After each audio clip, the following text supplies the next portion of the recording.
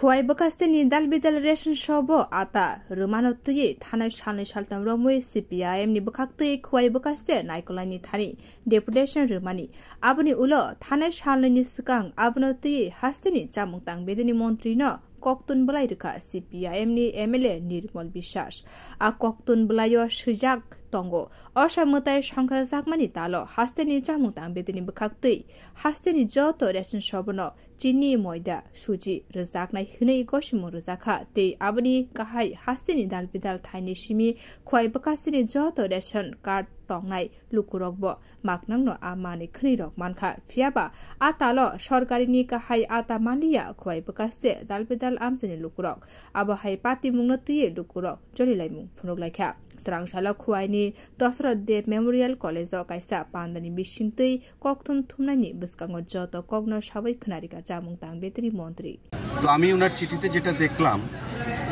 ওনার যেটা বক্তব্য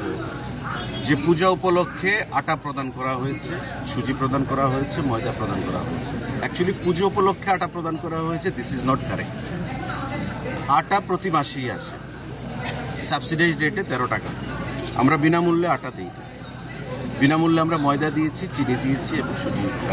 সুজি দিয়েছি ওই সময় যেহেতু পূজার মরশুম ছিল আপনি জানেন যে এখানে একটা কোঅপারেটিভ আছে যারা এটা নমিনি যারা আনে আটা এবং রেশন ডিলাররা কাছে যায় পড়ে এবং সারা রাজ্যে 2000 প্রায় 59টার মতো রেশন ডিলার রয়েছে রেশন শপ প্রত্যেকের কাছে কিন্তু জায়গা